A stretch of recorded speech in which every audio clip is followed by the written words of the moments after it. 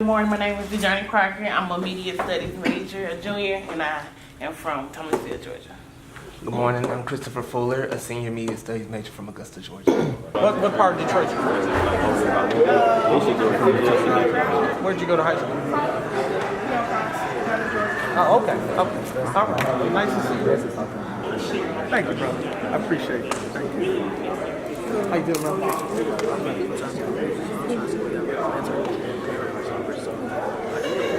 I really want to find things that will benefit them in a way that gets them kick-started.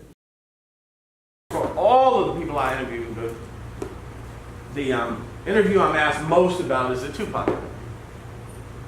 If you haven't seen it, go on YouTube. I mean, most people say it's his definitive interview. So we became cool after that. He would call me periodically and all. And so what I was telling people yesterday is Tupac, you know how people say, oh, this person's a genius and they're that, you know. I think we use that word too much, but he really was. I think his future was going to be bright.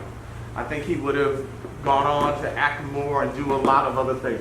He was a good dude, good heart, but he also grew up a certain way and didn't have a lot of male influence in his life, and he battled doing the right thing and knowing what was right and what was wrong, which is why one of the reasons he befriended me. And he said, Ed, you know, you're old enough, not necessarily to be my father, but like a big brother.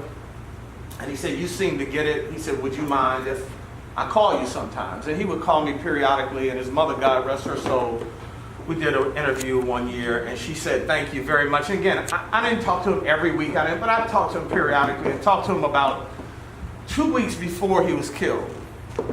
And I was at the Soul Train Awards, and he and Suge Knight were there acting stupid, right? I mean, foolish. And I pulled him aside, and I said, look, man, that Negro over there is a real gangster. You are not a real gangster. You're playing gangster.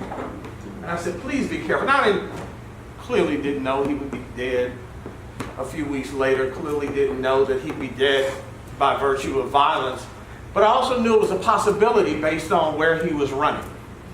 Sometimes your life is determined by the decisions you make, and that includes school, right? And what you decide to do with your time here. So I want you all to really think about that as you move forward. And many times the discipline you pick now won't necessarily be the discipline that will become your career. But again, remember what I said, success is about hard work. That will never change.